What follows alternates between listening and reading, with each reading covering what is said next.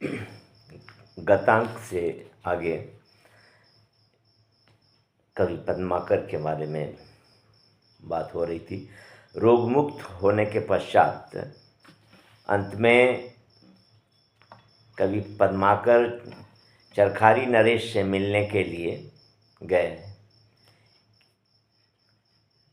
किंतु उन्हें पहले से ही इनकी कलंक कथा मालूम थी, पता चल गया था। इसलिए उन्होंने इनसे मिलने से स्पष्ट निषेध कर दिया, अस्वीकार कर दिया कि हम इनसे नहीं मिलेंगे। इससे पद्माकर के भावों पर बड़ी ठेस लगी और उसी दिन से इन्होंने संकल्प कर लिया कि अब किसी राजा राव से कदापि मिलने नहीं जाएंगे। पद्माकर गन्ना सेवन के लिए क्षमा कीजिए, पद्माकर गंगा सेवन के लिए चले आए और कानपुर में 90 वर्ष की अवस्था में इनका देहांत हुआ। पद्माकर के 2 पुत्र हुए। इनके नाम थे मिहिलाल और अम्बा प्रसाद। अम्बा प्रसाद का उपनाम अंबुज था और यह मिहिलाल से छोटे थे। इनके वंशधर अब भी संयुक्त प्रांत और मध्य प्रांत के अलग अलग राज्यों में निवास करते हैं, मतलब अलग अलग जिलों में। कविता के द्वारा कविवर चंद्रवरदाई से लेकर रीतिकाल तक के बहुत से प्रसिद्ध कवियों ने यथेष्ट धन एवं कीर्ति प्राप्त की। इनमें पद्माकर और भूषण विशेष रूप से उल्लेखनीय हैं। लाला भगवान दीन जी का मत है कि पद्माकर ने 56 गांव और 56 लाख रुपए और इतने ही हाथी कविता के द्वारा भिन्न भिन्न राजाओं से प्राप्त किए थे। आज भी उनके वंशज कई गांवों के स्वामी हैं और उनके पास इस संबंध में प्रलेख भी है, प्रमाण पत्र भी ये लोग सहेज कर रखे हैं। पद्माकर की रचना में अत्यंत ओजस्विता का आवरण मिलता है, आभास मिलता है। कुछ आलोचकों का मत है कि उनकी वाणी में यह ओजस्विता माँ तारा देवी के इष्ट के कारण आई थी। उनकी इष्ट देवी थी तारा देवी, माँ तारा। इसमें कोई संदेह नहीं कि जिन कवियों को तारा देवी की कृपा होती है, उनकी वाणी में लोकोत्तर ओज होती है। हमें यह बात भली भांति ज्ञात है कि कविवर लच्छीराम को तारा का इष्ट था, माँ तारा का स्नेह था उन पर। इसलिए इनकी वाणी में जैसे ओजस्विता है वह किसी आलोचक से छिपी नहीं है। उन्होंने तारा को लक्ष्य करके बड़े उत्कृष्ट छंद भी कहे हैं। हमारे विचार से पद्माकर जी वैष्णव थे और उन्हें राम या शिव का इष्ट अधिक था।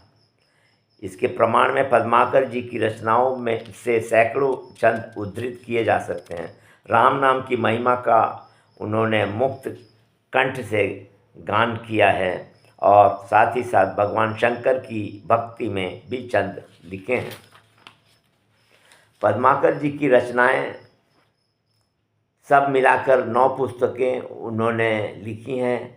इनके नाम हैं राम रसायन, हिम्मत बहादुर, विरुदावली, जगत विनोद, पद्म भरण, जयसिंह विरुदावली, आली जा प्रकाश, हितोपदेश, प्रबोध पचासा और गंगा लहरी।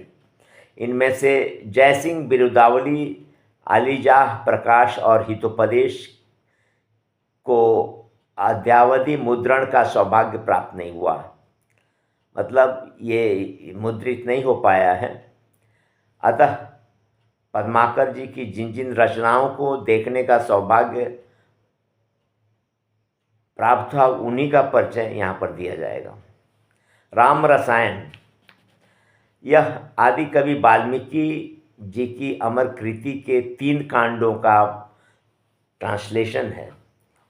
इसमें महाकाव्य की पद्धति का अनुसरण करके पद्माकर जी ने दोहा, चौपाई और हरि गीतिका आदि छंदों का बहुत सा प्रयोग किया है।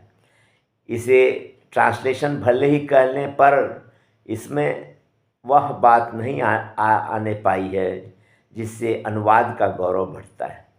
इसके अतिरिक्त इसकी भाषा शिथिल है, पदावली सशक्त नहीं है, पावरफुल पोएट्री नहीं कह सकते इनको।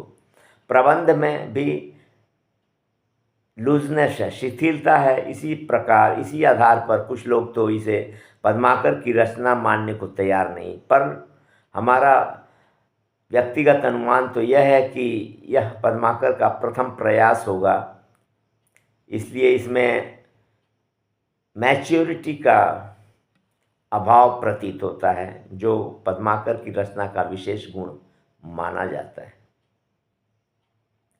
हिम्मत बहादुर बिरुदावली की रचना संवत 1850 के लगभग हुई थी। इसमें गोसाई रूपगिरी के वीरतापूर्ण युद्ध का वर्णन है। इसमें सब मिलाकर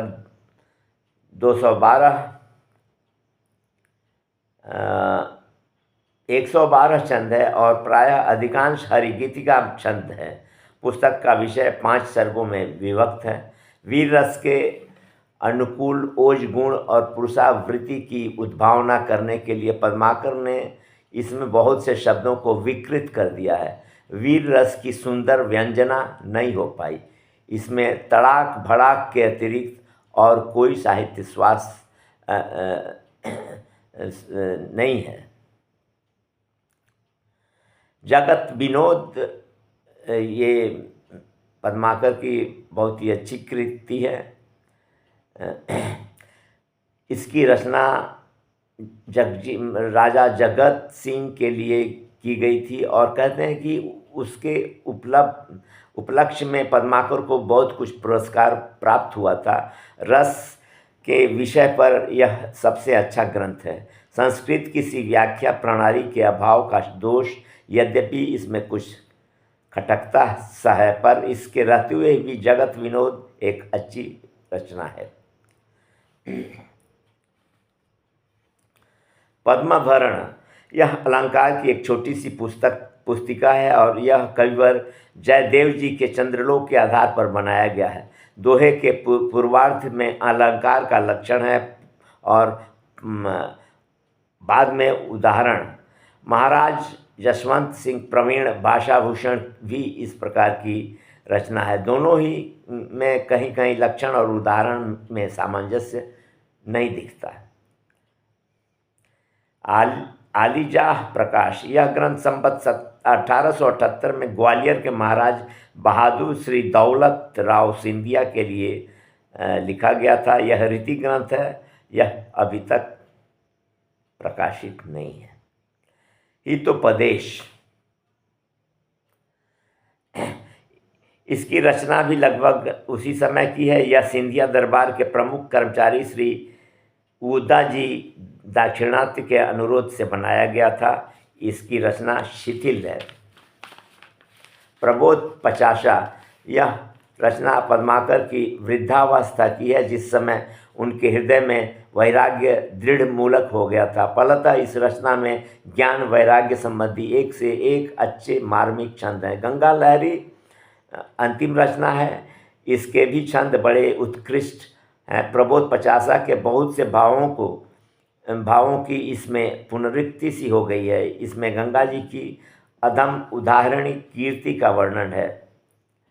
जयसिंह बिरुदावली जो है अंत में सुंदर रचना है। इसकी भाषा भावों की अपेक्षा अधिक सुंदर हैं।